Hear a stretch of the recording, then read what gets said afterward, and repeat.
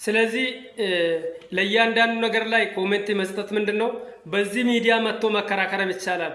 እንዴት ነው ለምንድን ነው የሚሉ ነገር መከራከር ይቻላል ማለት ነው። የትኛው ዓለም ሀገራት የትኛው ምሁራኖች የሚባል እዚህ ምድር ላይ ያለው ምን ያስባሉ? መጀመሪያ አገራችሁ ያስቀድማሉ። የሀገራችሁ ጥቅም የሀገራችሁ ሉዓላዊነት በደንብ ያስከብራሉ። የኛ ሀገር ፖለቲከኛ ግን አንደኛ ባንዳ ጋር ይገናኛሉ፣ ያደራጃሉ። ሁለተኛ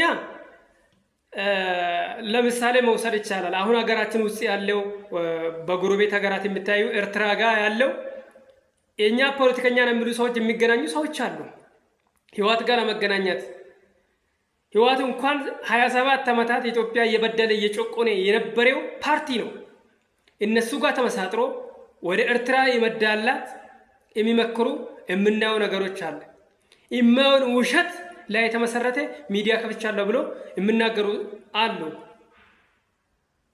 ለምሳሌ አሜሪካ ይሁን አውሮፓ ይሁን እና አፍታሙ አያሌ መውሰድ ይቻላል። ሚዲያ ከፍቶ አገራችን ሊበጠብጥ ሊረብሽ የነበረው ስለምንም ነገር ስለምንም ታሪክ ሳቅ ሌላ ትርክ ውስጥ የገቡ ሌላ አገር ፖለቲከኞች ግን ልንገራቸው ነው።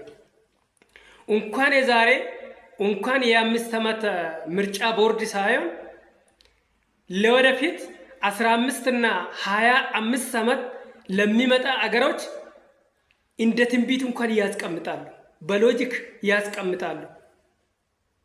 እኛ ደግሞ ምንድነው ዘንድሮ ብጥብጥ ካልተነሳ ቀጣይ ብጥብጥ እናነሳለን።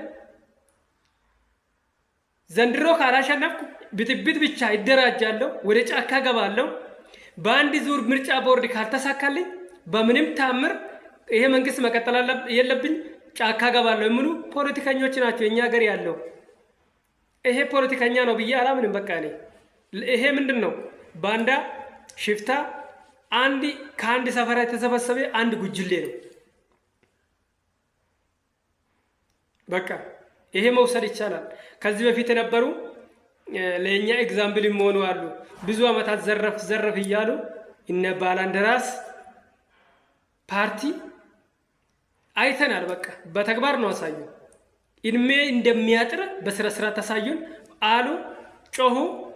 መጨረሻ ላይ ምን ሆነ? ወደ ጫካ ገቡ። ጫካ ስላልተመቸ ወደ ሰው ሀገር ተመልሶ ገባ።